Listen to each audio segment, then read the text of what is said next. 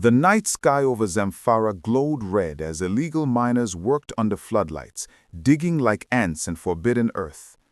Then the lights went out, every single one, followed by gunfire that cracked through the quiet like lightning.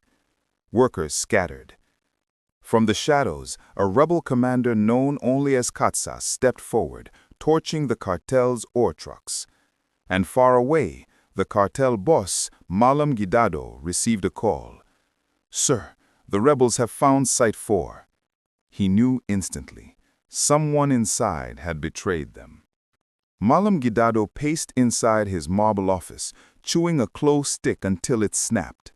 20 years of quiet domination disrupted in one night. His lieutenants argued about security, but Gidado silenced them with a stare. "There is a traitor among us," he said, "and I will drag him out myself."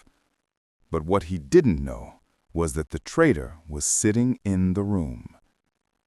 Dogo, logistics manager and secret informant, kept his eyes low as the boss ranted. He had fed intel to the rebels for months, believing Gidado had turned the region into a blood-soaked prison. But betrayal had a scent, and Dogo feared he was beginning to smell like it.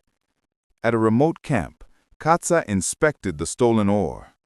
"This is their lifeblood, and we'll choke them with it." But he was restless. He wanted something louder, a strike so bold that it would force Gidado out of hiding. Dogo returned home to find his wife, Maria, sewing by lantern light. She touched his face gently. "You smell of fear."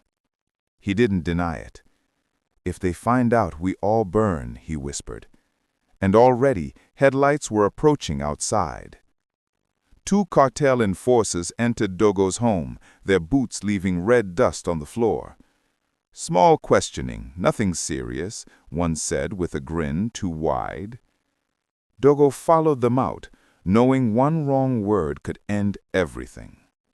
Under a bare bulb, Dogo kept his voice steady as they asked about missing fuel records.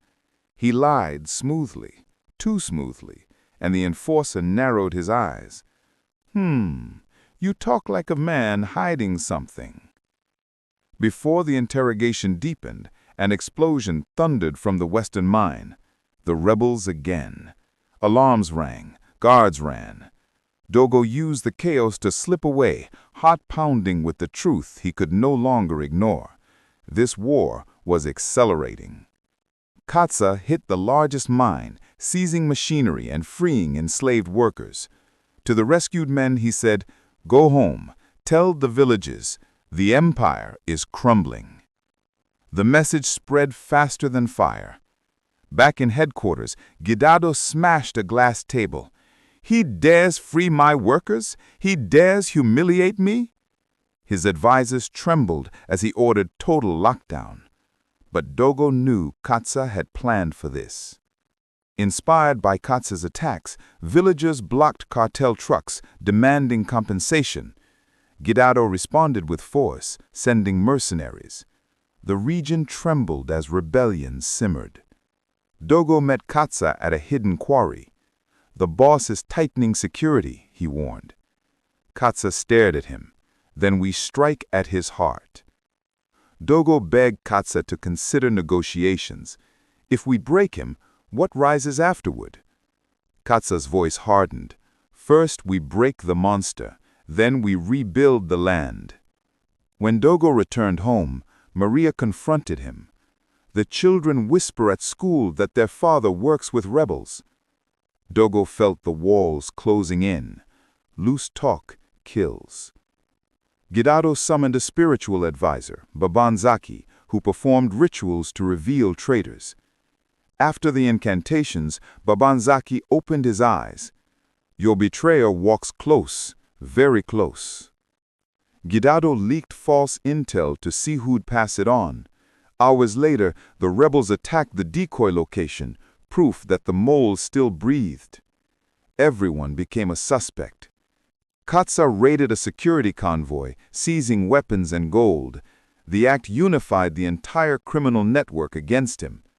Even Dogo wondered if Katsa had awakened a beast too big to slay. Gidado placed a 200 million naira bounty on Katsa. Hunters, soldiers, and even villagers sharpened their knives. Dogo felt the noose tightening around both of them. Truck drivers refused to work, supply lines broke, machines sat idle. The empire was bleeding slowly, just as Katsa intended. Unable to bear the pressure, Dogo told Maria everything. She didn't cry. She simply hugged him and said, "Then we must plan our escape." Maria's cousin overheard their conversation. By morning, word reached Gidado. Dogo was acting strange. Spies were sent to watch him. Dogo contacted Katsa. "They're on to me. I must disappear." Katsa replied, "Not yet. I need one last piece of intel." Dogo broke into the admin block and downloaded the empire's financial records, proof of Gidado's crimes. If released, they could crush the cartel globally. Guards spotted Dogo heeding the block. He fled through a window as bullets smashed into the glass behind him. He sprinted through abandoned pits, dust clouds rising under his feet. The guards followed like wolves, but Katsa's men ambushed them, saving him. Katsa clasped Dogo's shoulder. "You've crossed the line. There's no going back." Dogo nodded. "Then let's finish this." Rebels trained tirelessly, building makeshift bombs and drilling for coordinated assaults. The goal? Take Gidado's central headquarters. Gidado imported mercenaries from Niger, ruthless fighters who worked for gold, not loyalty. He sensed the final battle approaching.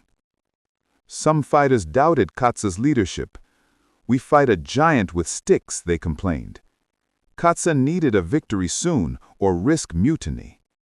Katsa hit the cartel's private airstrip, destroying planes meant for smuggling gold abroad. The blow forced Gidado to ground all operations. Mercenaries burned a village suspected of aiding rebels. Dogo arrived too late to save it. He swore that Gidado would never draw another breath of free air. Returning to camp, Dogo discovered Maria missing. A note, "We have your wife. Come alone." His heart collapsed. Dogo went to the meeting point. Mercenaries surrounded him. But instead of killing him, they made an offer. "Deliver Katsa, and we'll free your wife." Dogo wrestled with the choice. Save Maria or save the rebellion? He walked back to camp heavy with guilt. Dogo confessed the truth. Katsa didn't hesitate. "We save her, together." The loyalty stunned Dogo. Under cover of night, rebels raided the mercenary hideout, freeing Maria after a brutal firefight. Dogo wept, holding her as gunfire faded. News of the rescue emboldened the rebels. More villagers joined their movement. Gidado realized he was losing the region's fear. He stopped sleeping, certain everyone planned to betray him. Even his closest lieutenant began keeping distance. Dogo revealed a hidden entrance beneath the headquarters used for moving weapons. Katsa smiled. "This is how we end him." Rebels crawled through the tunnel, emerging inside the compound. Silently, they neutralized guards and advanced toward the main office. But Gidado was waiting with mercenaries. An explosive firefight erupted, bullets lighting the night like fireworks. Katsa and Gidado finally locked eyes. Katsa confronted Gidado in the courtyard. "Your time is over," he said.